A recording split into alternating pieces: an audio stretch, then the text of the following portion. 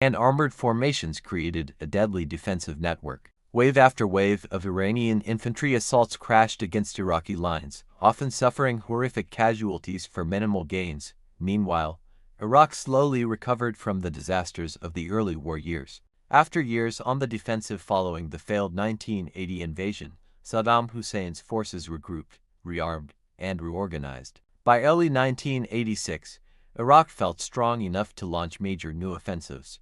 One key objective was Majnoon Island, an oil-rich area that Iran had captured in 1984.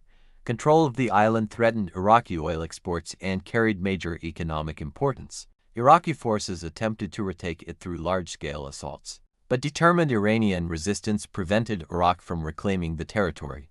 Even worse for Saddam, while Iraqi attention focused on Majnoon Island, Iran launched another major operation against the Al-Faw Peninsula near the mouth of the Shatt al-Arab waterway. Using elite Revolutionary Guard units, Iranian forces successfully captured the peninsula in a surprise attack.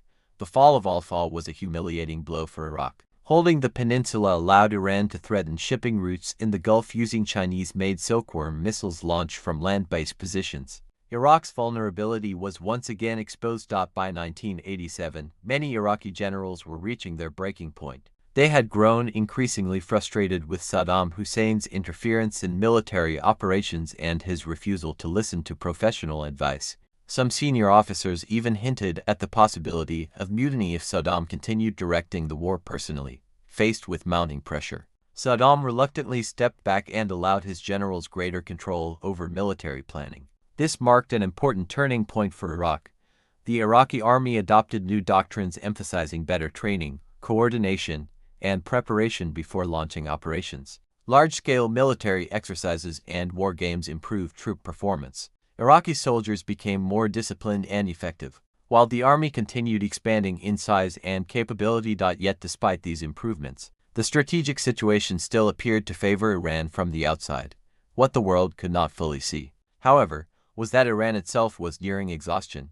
After years of endless casualties, economic hardship, and destruction, the Iranian population was becoming deeply war-weary. Volunteer numbers began declining.